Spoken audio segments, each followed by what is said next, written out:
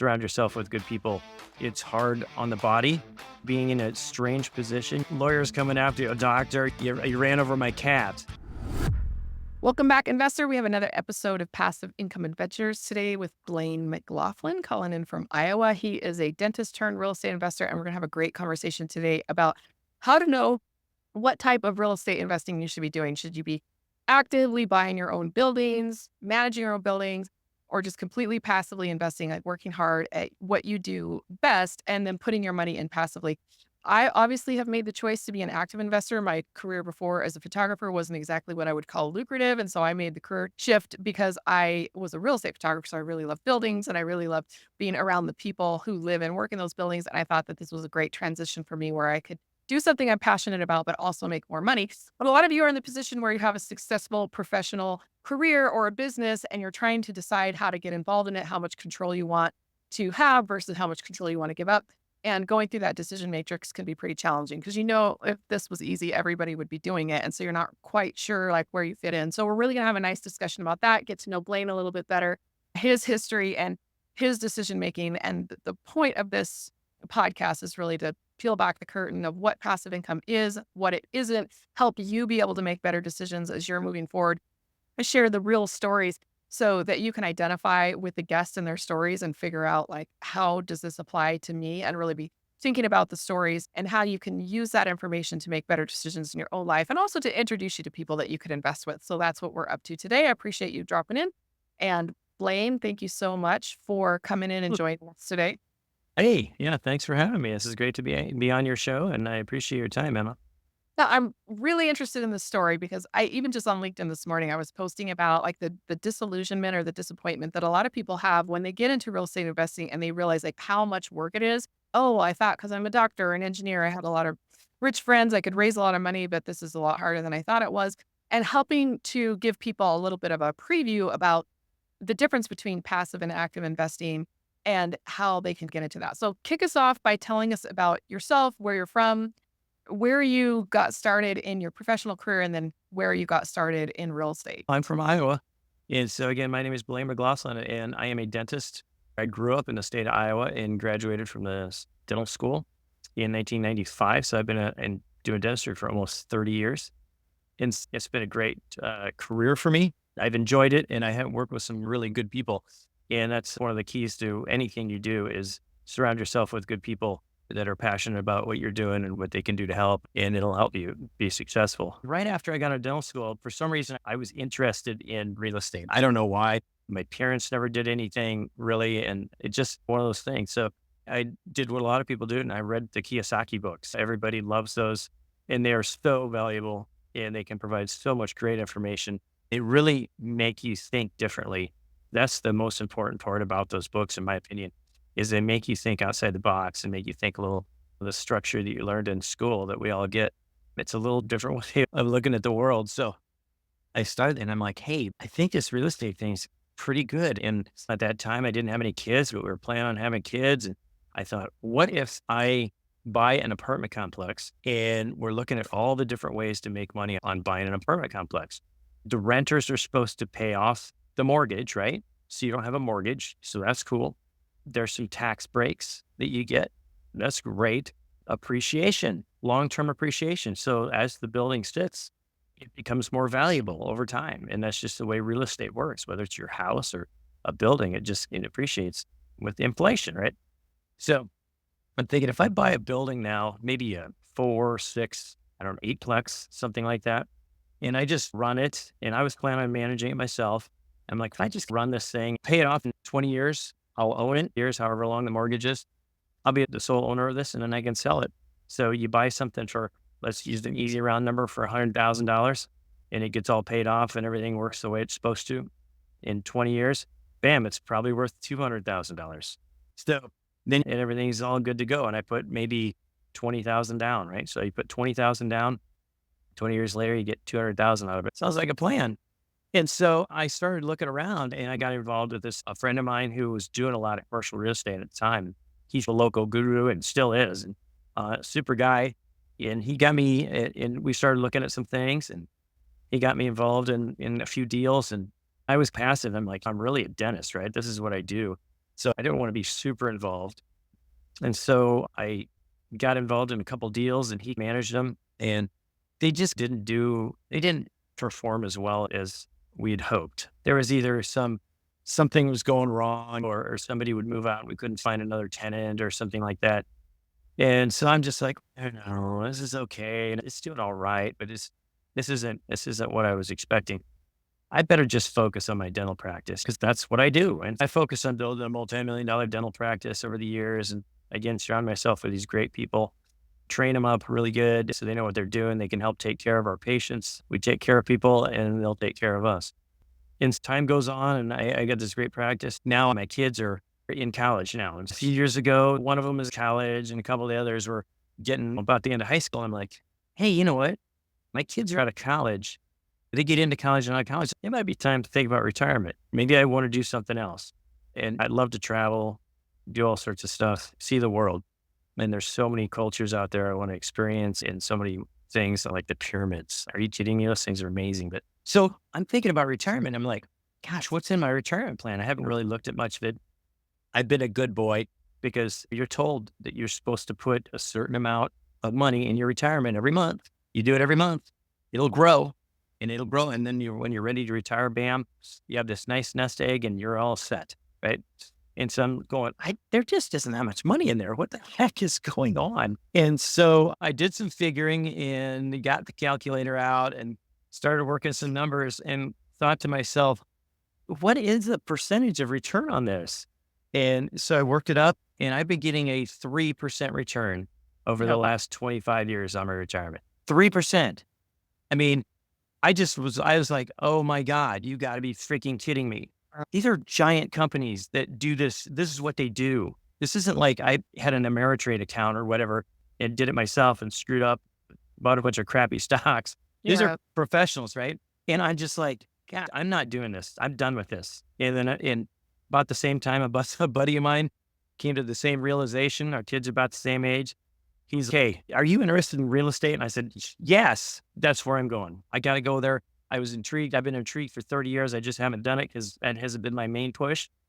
And we went to a 3-day conference, totally sold on mostly multifamily real estate at this point. And then I'm like, I got to learn as much as I can, get involved as much as I can. Dentistry's been great, but I tell you what, it's hard on the body being in a strange position, hunched over and Yeah. sideways for 30 years. It's not easy on your back and neck. And I had some problems a few weeks ago, actually. I had a back problem, but I pain in my back. And all of a sudden, my left hand had about 20% function. I couldn't grip things as much as I used to. I just couldn't move it as well. I'm like, oh my God, this is why I'm going where I'm going. So I want to get out of dentistry, not because I don't like it, but because it's hard on the body. And I'm also, the other big thing is I'm trading time for money. And if you're 30 years old and working in a position or engineer or whatever and making good money and you like it, that's awesome. Do it and go for it. But man, I'm trading time for money and I feel like I'm running out of time, right? To do the things I want to do. So I need to find a way to increase the cash flow without actually having to be physically present in a job or in a situation. And so that real estate fulfills all that for me. Yeah, that it's such an interesting story because I feel like a lot of times people hear, "Oh, you and your husband full-time real estate investors. You own apartment buildings. You guys must just be so rich." And I'm like, apartment buildings, they really take a while to pay you. That's a long-term investment. We do private lending for more short-term, like to support us in our early retirement type of investing. You must get the same thing as a dentist though, because people are like, "Oh, you're a dentist. You have more multiple practices or multi-million dollar practices. You must be so rich." And even you are thinking, I don't know if I can afford to really retire the way I want to retire or when retire. And so, what are the preconceived notions that people have about being a real estate investor or being in a high paid or reputationally high paid profession? I have a buddy of mine, he's a general dentist. He just has the one practice and he makes like a buck 10, right? I have another friend, she's a pediatrician. She makes 95K a year. It's shocking to me sometimes that we think, oh, she's a doctor and he's a dentist. They must be so wealthy. And I'm like, I know people in tech, IT guys, doing better than that. So I feel like I know a lot of people in real estate who get that same thing. Like I drive an old car. I live in a small house. I'm really a delayed gratification kind of person. I am not rolling in private jet kind of money. So can you walk us through like some of those misconceptions that people might have about the profession that we're in and how much free cash flow we have and what kind of retirement we've actually been able to plan for that led you into those early days of serious investing in 2021? Yeah. Anytime you have doctor in front of your name, you're Yes. like a target, right? Whether it's lawyers coming after you, you ran over my cat and you kicked my cat on the way when you were walking your dog or whatever, we're coming after you. So you are a target. You can make a good living. And certainly I have. I don't doubt that. But one thing people don't consider is that, and one of the other things that brought me into real estate was tax benefits. Well, When you own your own business, being a business owner, obviously I am paying a high tax rate. And if you read the Kiyosaki books, that's one of the things us business owners, not only are we paying our taxes, but we're paying Social Security, we're paying taxes for our employees as well. And so the tax rate jumps up to, at a high level, you're looking at what, 38% or whatever it is in income tax. But then you add all this stuff on and we're well over 50% in tax rates. It's just expensive to run a business. One of the things that I've done to keep my business successful is invest back in the business. So everybody's, oh God, you're making so much money. Yeah, but I put $200,000 back into the business last year because I needed to upgrade this. This thing was 10 years old. This technology is outdated. And there's a lot of expenses to keep a business up to date. And people don't realize that. And man, you get into dental and medical world and equipment is not inexpensive at all. I was just looking up some cabinets to update a room. And this cabinet, this little sink in it, stainless steel sink, and it's got two doors on it. So you open up to look underneath it. And it's a couple feet wide, a couple feet deep. And the dental company wanted $4,000 for this cabinet. yeah. And I'm like, I can make one of those. What? I'm handy. Can I make this? I'm paying it myself. I can get it. The wood is a few $100 and whatever. And maybe the cabinet is one thing, but there's a lot of specialty equipment, the vacuums, the stuff in dentistry that you cannot make, you cannot build, you can't go to Amazon or Home Depot and buy it. And so you have to get it through these dental companies. And it's crazy how much they charge you for this, but you have no choice, right? Oh, And so, like I said, those are some of the misconceptions about running your own business. You make a ton of money. I also invest a lot of it back in, and then the tax rates are killing me as well. And real estate there's so many tax benefits you can get. And you hear about all the so-called rich people out there, and everybody talks about Trump didn't pay taxes last year or whatever it is, these guys. And it's not because he's doing things illegal. He's using the rules of the IRS. yep. And real estate is one of those things that the IRS and the government has put in there that gives you these benefits. And most people don't understand that. They're like, oh, they're cheating the system. It's not, no, you're not cheating the system. You understand the system better and you're using that to your advantage. And by doing that, you're helping create homes for people or whatever. So that's one of the great benefits of real estate and why I'm transitioning over is because of that. Yeah, and I find it interesting how you're using the word transitioning because you talked about, like me, being interested in real estate for many years before we actually really got into it. We dabbled around with it a little bit. We fixed up a house that we lived in, or we'd buy new construction in a brand new neighborhood when things were still going for less than a replacement cost just because they need to get some people in there. Mhm. So we were doing that kind of investing, but we never really got that serious into it because we were scared. We didn't make great money, and so I would never felt like we had enough of an emergency fund that we could pay mortgage for. We hear the horror stories. People like, oh, they told us to buy a duplex, so we did, and then our tenants moved out, and they foreclosed on us because we couldn't get a new tenant out. Well, Done that. so I hear a story like that. We definitely don't have a cushion where we can absorb those kinds of expenses, and so we just put it off and put it off and put it off. And we finally got into it. We have that feeling of, man, I wish I'd done this years ago, but I know why I didn't do it years ago. I remember all of that, and the disappointment that I feel that I didn't start earlier is tempered by remembering, like, why we were making the decisions that we were making. Some would say out of fear, but others would be like, "No, you guys were probably doing it at about the right speed." I think if I'd known more, I probably could have gotten into it a little bit faster. So take me back to the early days of 2021. when you're like, this is the way I need to do this. How is that different from when you did it years ago? And you're saying, okay, all that time, so the real estate was not performing that well, but then you find out you're doing 3% on your retirement. Would the real estate have performed better had you had more of that long-term mentality with it? Because to me, cash flow is just to keep the thing from going bankrupt. That's all you're Mhm. for appreciation. Cash flow is friends. People are like, don't invest for appreciation, invest for cash flow. I'm like, no, cash flow is what keeps the thing alive. And then Yeah. appreciation, if you don't get it, too bad, right? But if you do get it, that's where the life-changing kind of money comes from. So let me rephrase and summarize that into a cohesive question that you can answer. Well, at 3% Thanks. you got, could you have done better if you'd stuck with it for the long term on the real estate that was okay? And then how did that experience differ from when you got really seriously into it recently in the last 5 years or so? Okay. Yeah. When I first got into it, like I said, I had my buddy who was the guru. And so I just turned everything over to him. At that time, I didn't know a lot. I learned from Kiyosaki that I should be an investor instead of an owner or a W-2 employee. And so I let the other guy, and that's what he did. So I trusted him. We get into an apartment complex and we do like a joint venture where 5 people would buy a 20-plex and he'd run it. And then one of the tenants wouldn't pay rent and then you'd have to evict him and that would take months. Yep. And then, or something would happen and somebody would move out and the place was trash. It's, oh God, now we got to spend 5 grand to redo the drywall and the flooring and everything.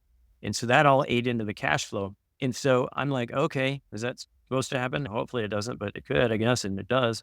We had a commercial building that had 5 tenants in it. You. And one of the tenants was paying they had about half the property. So they're paying about half the rent. For the first 2 or 3 years we were in there, cash flow was great. It was awesome. I'm like, this is it. We made it.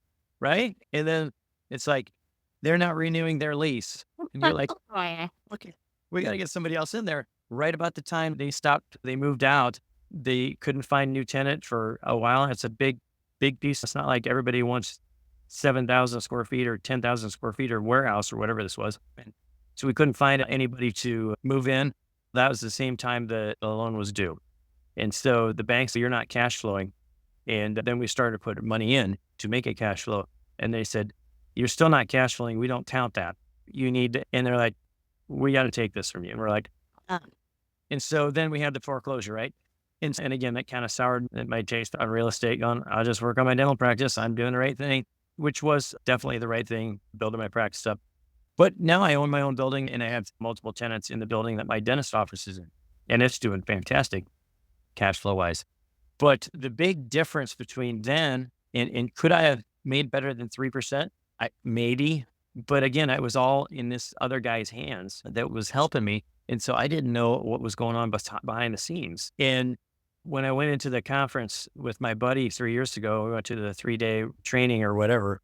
I was like, oh my God. It was just so eye opening. And this is what, if you do this and this, it makes it much more predictable. And if you underwrite this and this, you have an idea. And if you have this, and so I'm learning all these things. If we had done that back in that one deal 30 years ago, it would have been better.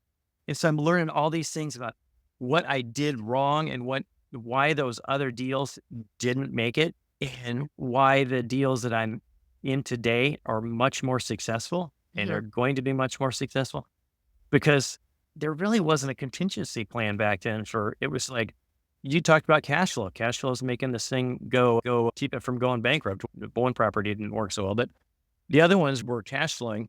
They just weren't making us any money. And I'm like, is that really a good investment?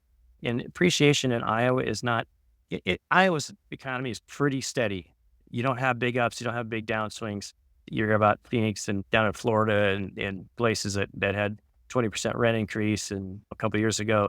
And then now Austin, Texas, now they got a 10, 15% rent drop even, Steven. And so there's good with that because there's less, I guess you call it less risk. But if I had known then what I know now, I would have been much more involved in the process and I would have looked at the deals a lot differently and gone, what if this happens? What if this happens? What if this happens? Are we prepared for that? And I don't think there was a lot of preparation for anything going wrong. And I'll tell you what, if you get into real estate, things are going to go wrong. Well, They're going to go wrong. It just happens. It's just part of the deal. And so you have to be, the better prepared you are for that, the better off that deal's going to go. And so if you come across somebody and they're like, I got this great deal for you, it's going to get you 10% cash flow and we'll be able to triple your money in 2 years and it's guaranteed, be a little skeptical because things go wrong. And that was very well proven starting about 2 years ago when interest rates went sky high in the real estate and multifamily real estate was rocking and rolling. And all of a sudden it came to a screeching halt going, oh, this is different. And it changed the whole area in real estate when interest rates went. And that was unpredictable. Nobody could have possibly predicted that. It's never happened before. She was really stressed out one day. It's exactly what you're talking about, like the contingency plan. And this is one of the stories from my youth that was like, oh, I don't know.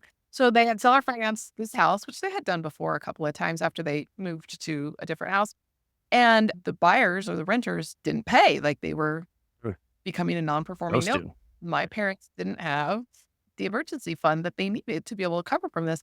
And my mom was talking about the interest rate, Paul Volcker style interest rates that had skyrocketed it up. And I don't remember what she said they were paying, something like 18% on a mortgage and Yeah. or it's even higher. And I just remember sitting there thinking, because I was probably a senior in high school at that point, and people were just amazed that rates were down to 7.75. I was actually a mortgage lead generator phone caller at that point for a couple of local mortgage agents when I was a senior in high school. And I call, I was like, rates are down to 7.75 today. They're like, what? Yeah, send me a quote. And then, so we're talking about this unprecedented rate increase, which yes, the rapidity of it, of how fast it went up, that was unprecedented. But the rates themselves really are not, they're still not They're very they're basically the norm, right? The historical norm is about where they are now, and well. everybody's freaking out because they got spoiled from the last 10 years. Yep, and you And kind of their plan out of something that's not normal, and then yeah, think they have negative interest rates in these other countries. Maybe that's the direction we're going. I wondered if we might go that way as well. And so formulating a business plan around that is just very unhealthy. To say, okay, what would we do again? And thinking, well, then if it went back to even being normal. And so you mentioned that just learning those lessons and being a little bit more hands-on. But as you get to the point where you're learning all of these lessons and being able to apply them in your new and improved real estate business, you have to look ahead though to your own retirement. And retirement is not owning a medical office or running a multifamily building. So how has this made you a better investor, a better passive investor as you're needing to move more into the passive side as you are planning your own eventual retirement? and you hear this word again. I was a good boy. I put money into my 401k, and all the experts were like, "You need to diversify. Let's diversify." Their version of diversifying is buying Microsoft stock, AT&T stock, and GE stock, The right? storage That's diversity. yeah, for all paper assets. I digress. Anyway. Yeah, can you go live in them? Anyway, I got into this real estate and people are talking about diversification. Maybe it'd be nice to have some mutual funds there, but how about some real estate? That's diversification. Maybe notes. I don't know. I don't know much about notes. How about gas and oil reserves? And I learned something about those. I didn't know anything about those. A few weeks ago, I was at another conference and we had a little class on gas and oil in Texas. And so it's like, dang, mineral rights. Yeah. Like, this is interesting, but good and bad with all that stuff. But that's a little bit better diversification. So I've realized that's what I really need to do. And am I taking all my money out of the stock market? I'm not. I'm leaving some of it in there, but I'd like to. I'm not definitely not putting any more in. That's for sure. I'm going to go this real estate route. So I'll have some in there and the annuities and stocks and mutual funds. And then we go into the real estate side and you can, like I said, you can diversify in real estate into multifamily. There's commercial stuff. You can do areas, right? You don't have to invest. Am I investing in Iowa? Maybe if I find a good deal, but that's not exactly where I'm going. I'm looking at where people are moving to and where jobs are moving to. So Texas, Florida, Nashville is huge right now. So there's places all over the country. You don't have to actually live there to invest in it. But it's pushed me towards this diversification thing. I think that's important to get across to people that diversifying is not 4 different mutual funds. It's, hey, if you really believe in that, and I think it's probably a good way to go long term, then get into all sorts of different things. Yeah, and it's easy to just get excited about the thing and want to, like you said, I'm going to pull everything out of the stock market while it's high and I'm going to move it all over to real estate. And that excitement puts us at risk to not diversify the way that we should. But I also see on the other extreme of that, there's fear where it's, yeah, the stock market's really high right now, but I don't know. My friend just lost some money in real estate. I'm just going to leave it here. So they're not buying low, selling high. They're leaving it in there. And then when it comes down, they start freaking out selling it. So I find that people are at any stage along the spectrum here. Where do you put yourself along that risk tolerance or diversification excitement versus fear spectrum when you're making investing decisions? Oh gosh, that's a good question. I've always been more of a risk taker. One of the most expensive things that you can do is nothing. If you don't do anything, that's where are you going to go? We've always pushed the envelope of we got to do something to make a change. If you do the same thing over and over again, you're going to get the same results, right? So you got to change it out. I've always believed that you have to push forward. You have to take a step. You have to think outside the box. I'm not into the herd mentality, right? I don't want to do what everybody else is doing because then you'll get the results that everybody else is getting. You have to step outside a little bit and do that. When I go into risk reward, some people say, yeah, you should be really risky when you're young and because you can recover. And that's what my investment people told me. And then as you get older, you move into a little less risky stuff, a little more even keel so that things don't crash on you. And to me, I'm still probably more risky than a lot of people my age, but I think the diversification thing that I have, I'm leaving stuff in the stock market. I have my own commercial building. I have my dental practice, and then I'm moving into this multifamily area.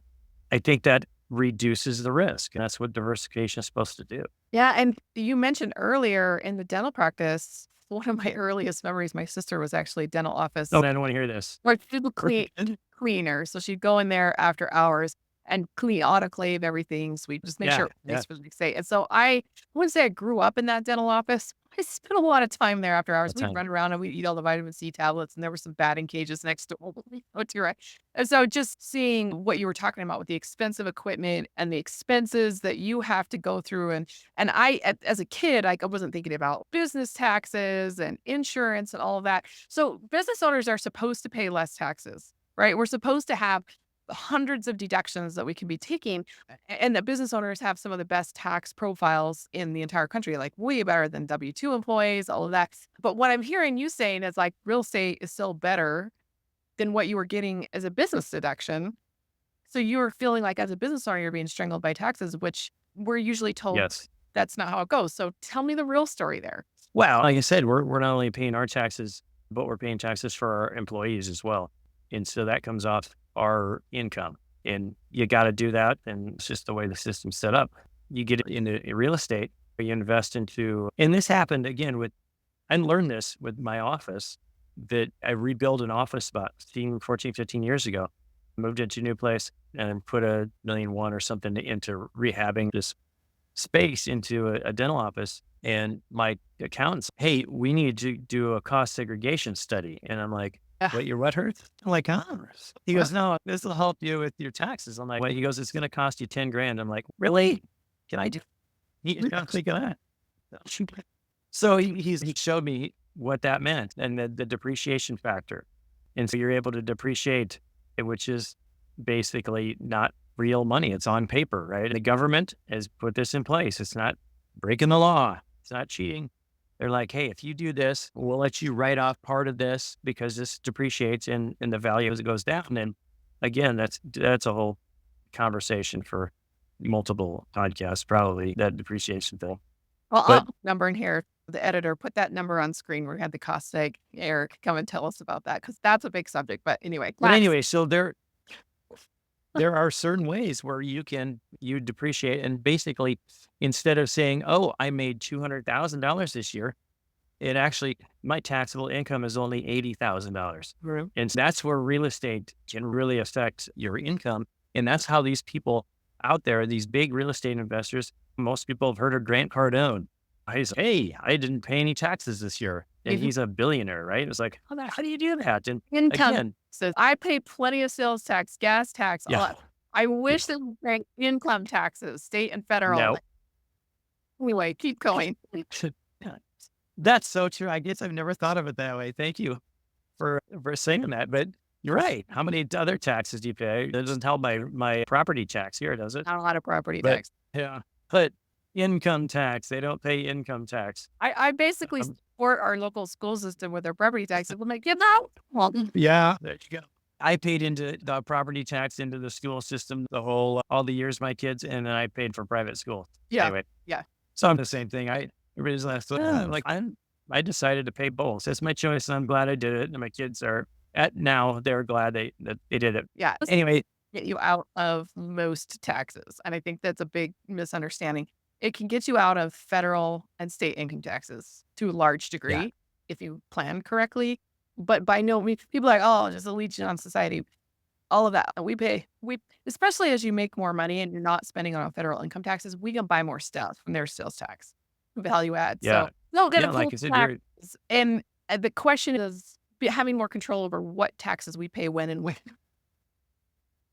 that's true. That's true. I mean, most of these properties we get into, we're doing, like you said, value add. So we're getting a property, we're putting hundreds of thousands of dollars, if not millions of dollars, into this property to Mhm. make it better. Yet there's a lot of sales tax on that and stuff like so. Yeah, leeching off society.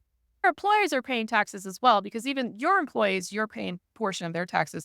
We normally are dealing with business owners, so our contractors are running their own business, but we're basically giving them work so that they can then go pay their own self-employment taxes. And so it's that trickle down chain that gets a lot of criticism, but at the same time, they're going to get it from somewhere. Yeah, yes, they are, Yeah.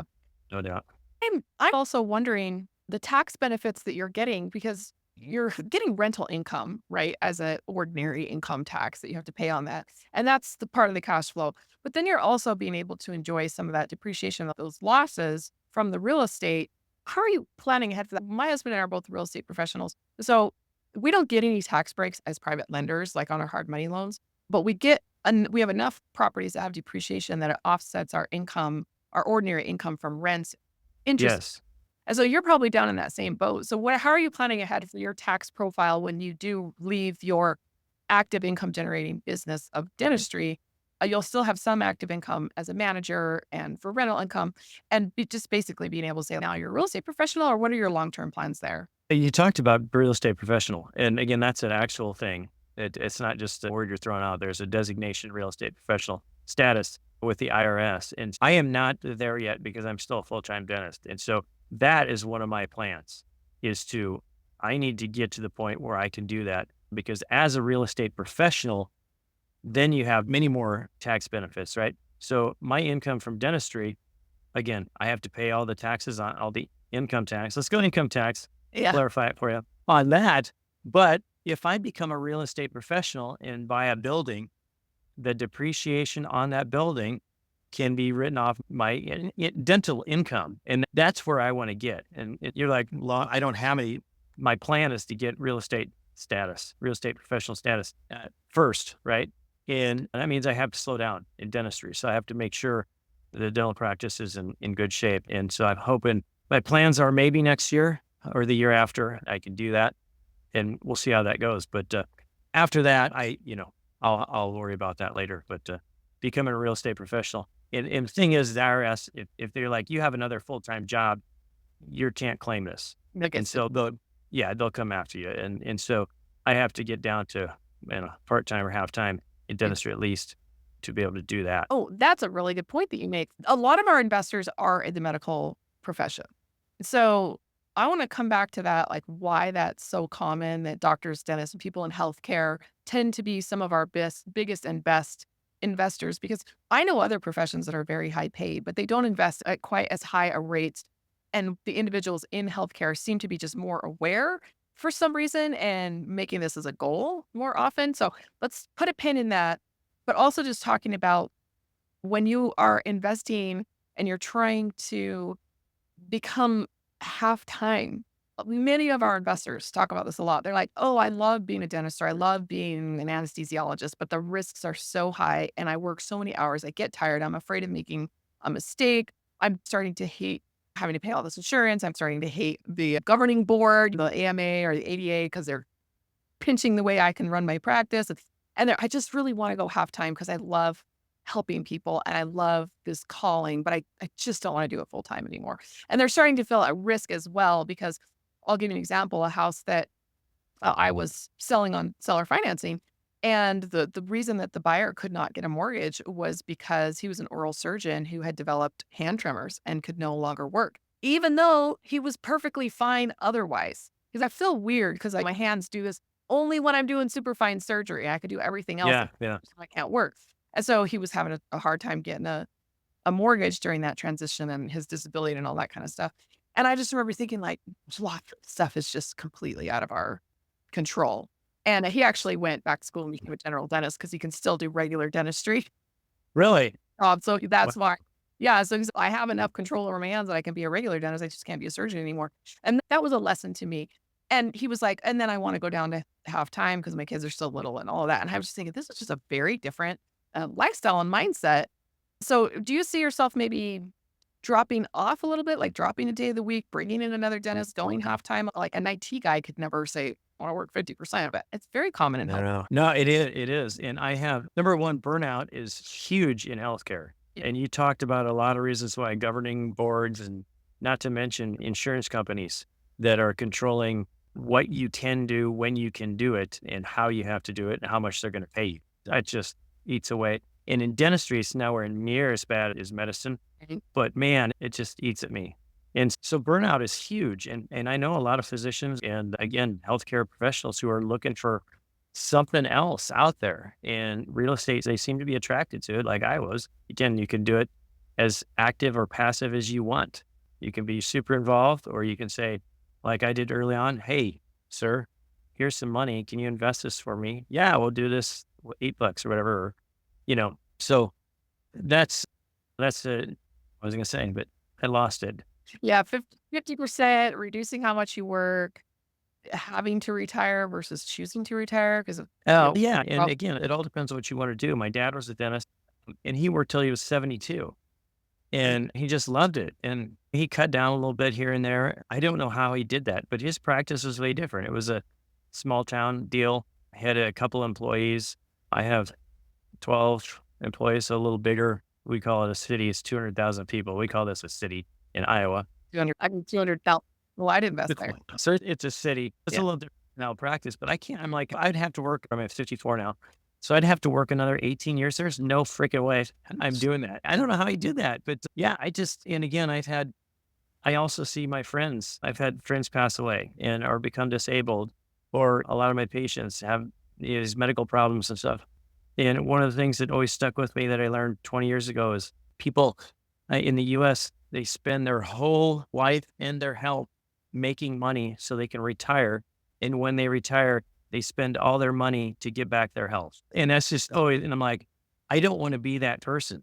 I don't want to be the guy at 60 that can't do what I want to do because my body and my back are so messed up, or my hands, carpal tunnel and hand problems. So I'm thinking I got to do this now. And that's why I'm working towards part-time. I have another dentist in the office who's full-time. She just had a baby, a beautiful little baby, and took 2.5 months off. And so that left me with well practice and it's like, oh my God, you're killing me.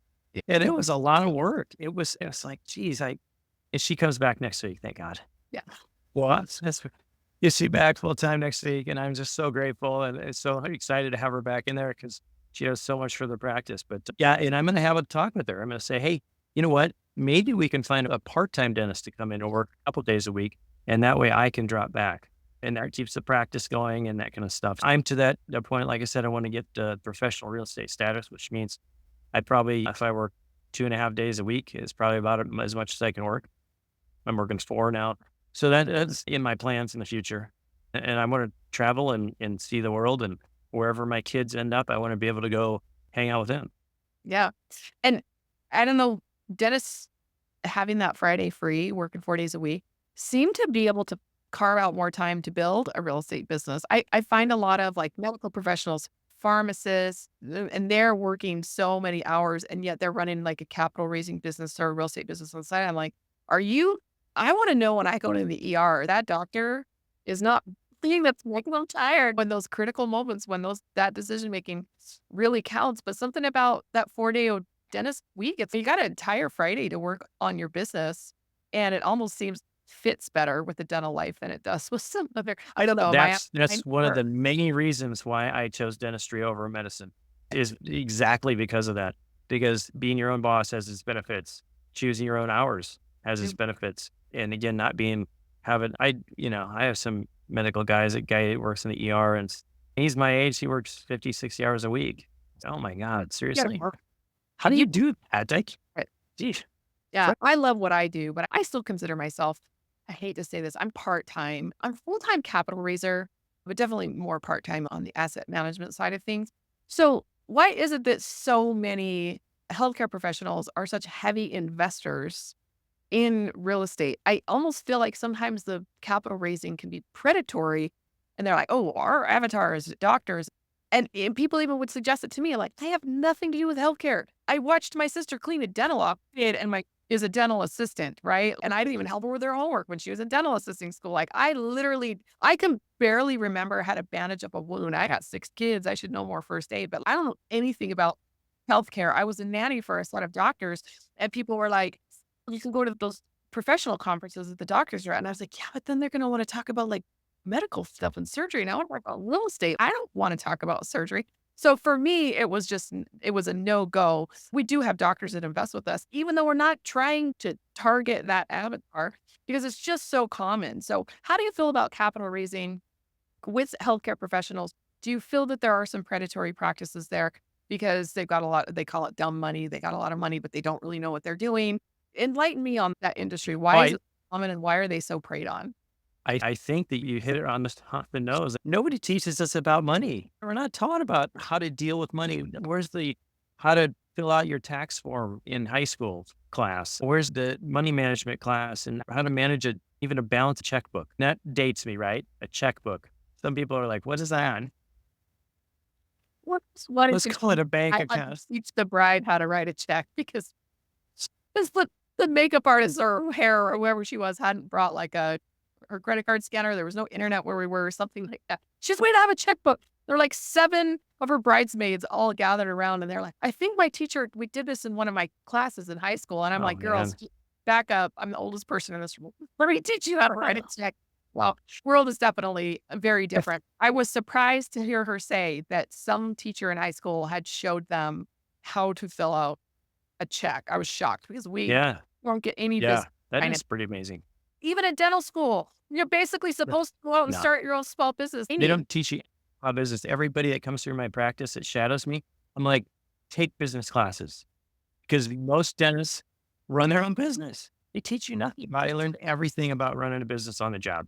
Yeah. Oh, And luckily I had some great teachers and people that instructed me. But back to your question, you're like, why are dentists and medical professionals, healthcare? You talked about it. We talked about it. They're working a lot of hours, typically outside of the dental realm who has their own little thing and everybody's jealous and that's okay. But in physicians and stuff, and I had a physician a few years ago doing something. She's a vascular surgeon. And she had a cute little baby and I saw pictures of her baby. I'm like, oh my God, this baby's so beautiful. She goes, yeah, we have a nanny we hire. I'm like, oh, cool. That's great. How do you work? She goes, I work about 70 to 80 hours a week in the hospital. I'm like, what? You have a baby and you're working that much? She goes, yeah, they need me there and they mhm. can't find other people to work and I have to go in. And I'm like, oh my God. And so a lot of these people don't have any time to learn anything about money or Oh, cash flow. So they're like, I'm getting burnt out here.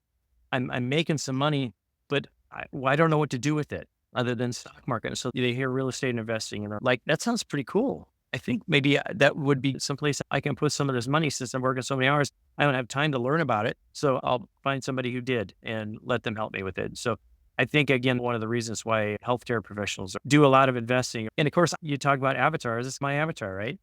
I'm trying to work with healthcare professionals because I am one. So I can mhm. relate to the burnout thing, the crabby patients, the insurance companies, the ADA, AMA, whatever, coming down on you and changing the rules. Not to mention this other thing that we didn't talk about that stirred all this up was COVID, right?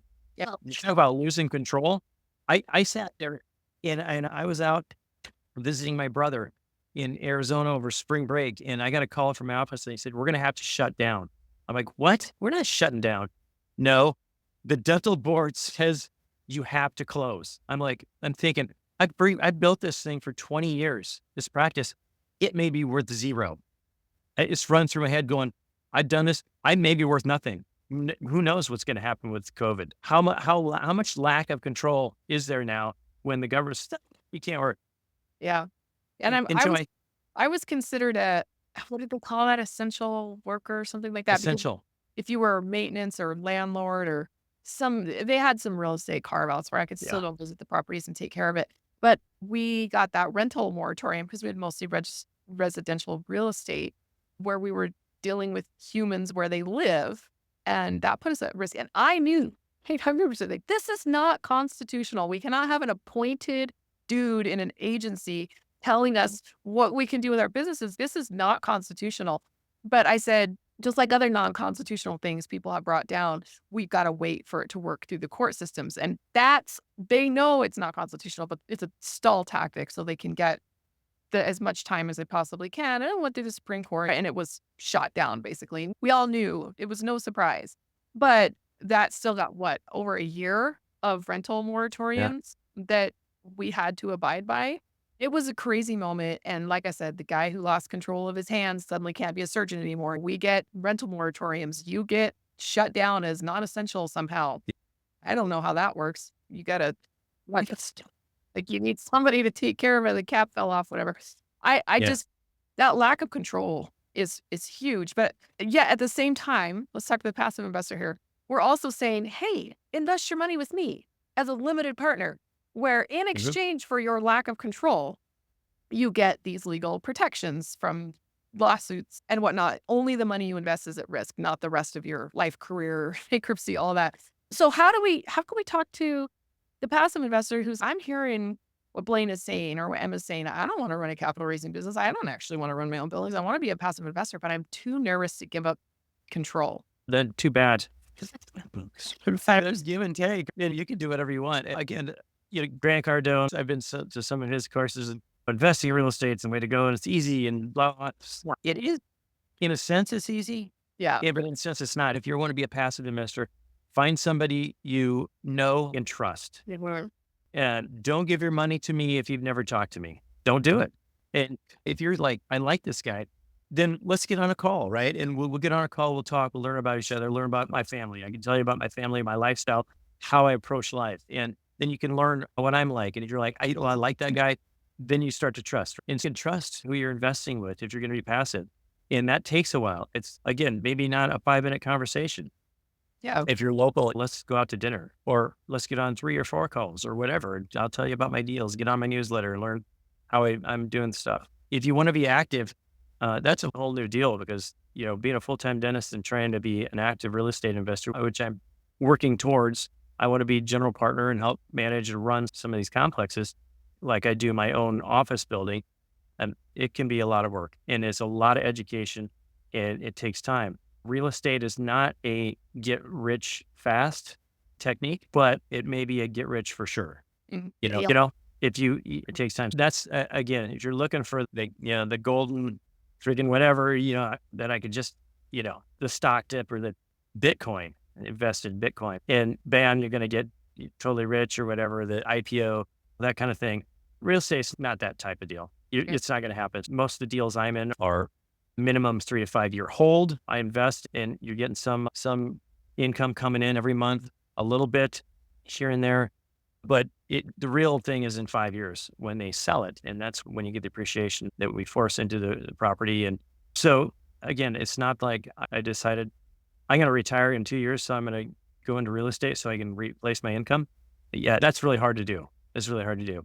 Yeah, investing does take a lot of time, a lot of education if you want to be an active investor, general partner in some of these deals. But passive, if you're going to be passive, know, like, and trust. Again, listen to I got a podcast called Happy Trails. I got a newsletter I'm sending out, that kind of thing. You get to know my style, how I live my life, what I do, and that kind of things. Yeah. And it's that diversification you were talking about earlier. We have a couple of investors in our fund. It's like our ideal investor. If we could get more just like it, it's usually a woman in her late 50s.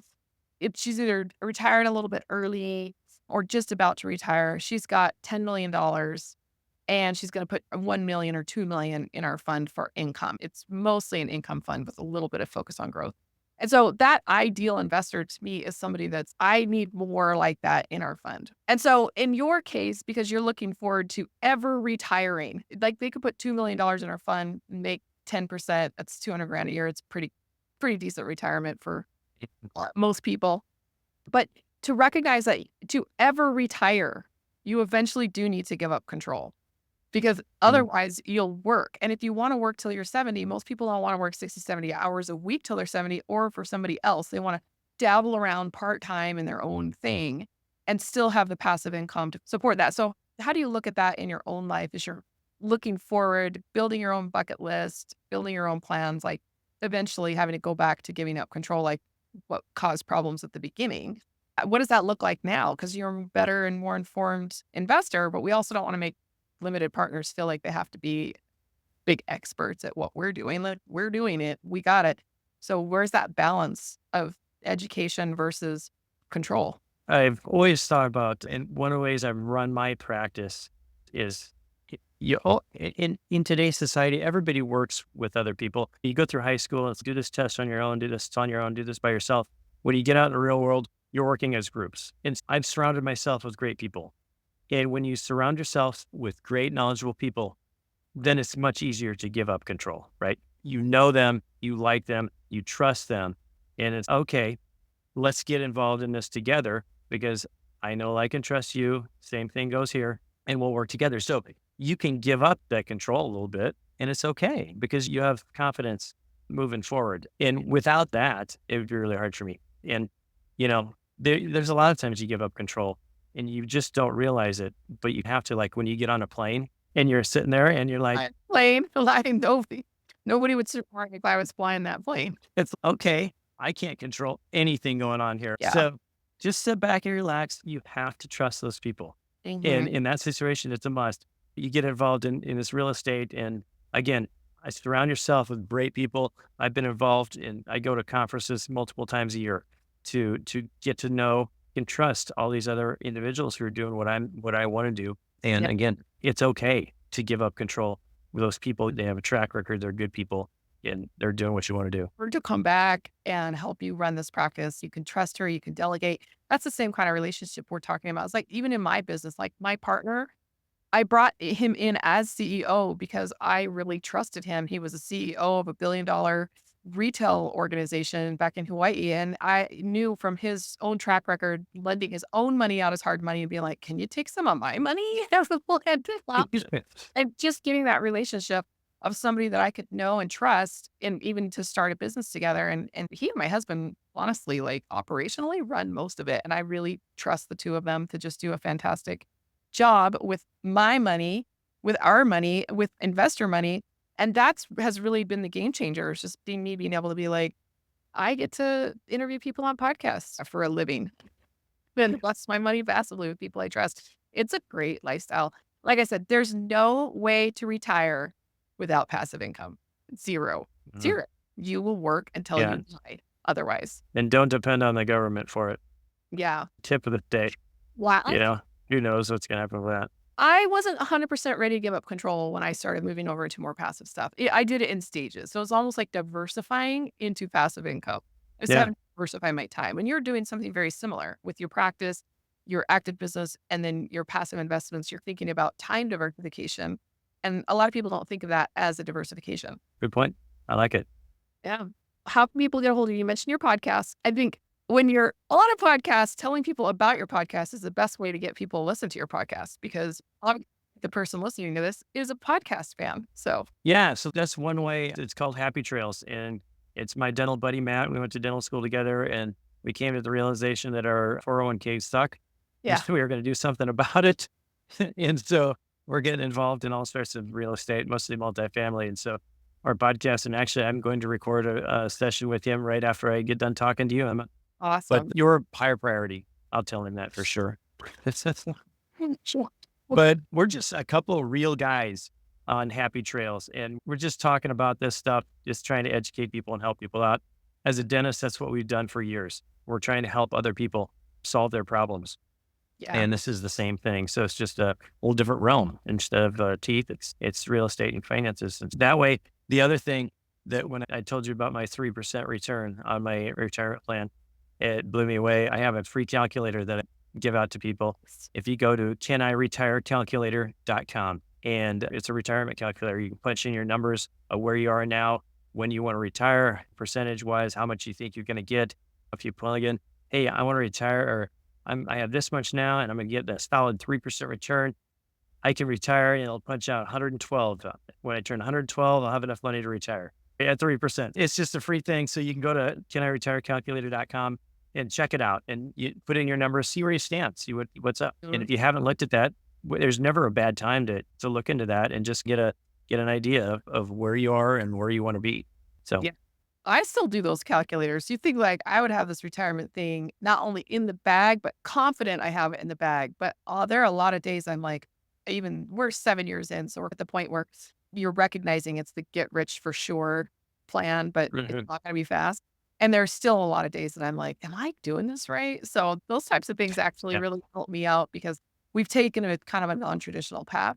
And surrounding ourselves with other people who have done it have been extremely educational and comforting. But at the same time, sometimes you're just looking at the mainstream like going, maybe I'm doing this wrong. So I'm going to go over there and check it out and see how we're doing on our own return. Because we're already retired. awesome. But you're like, is this money going to last? Like we retired kind of Yeah, young. Well, what are we going to do? Yeah.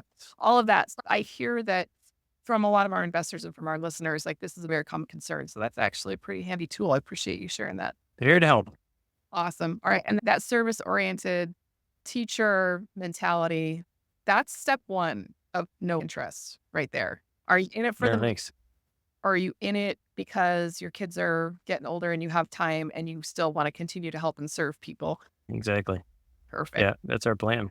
Yeah. Thank you so much So for sharing your message, sharing where people awesome. can live you and how people can invest with you as you bring on more projects. Really want to just make this podcast a place where people can connect, make real passive income and Fantastic. real decisions about active versus passive income. So they're not getting sucked into something they think is going to be easier than it actually is and really be able to make good decisions for how they want to spend their time and their investor dollars moving forward. Awesome. Thank you so much, Emma. Appreciate it. Thank you so much, Blaine. If you want to get a hold of me, just go to investwithemma.com and make it pretty simple. And riseclubcapital.com is where you can join in on our free Monday night meeting where all we do is underwrite commercial real estate deals and see if we want to invest in them. So if you want to learn how to underwrite, you want to learn how to evaluate a deal, come join us. It's free. And the reason we're there is because I'm looking for deals for myself and my fund to be able to invest in. And so I basically just invited a group of friends to come out and look at deals with us. And it's the best way to learn is by actually doing and seeing, do I really want to do this deal or not? These are not case studies. These are real live deals that we are looking at. So riseclubcapital.com or investwithemma.com. And I'm looking forward to seeing you there. Until next time.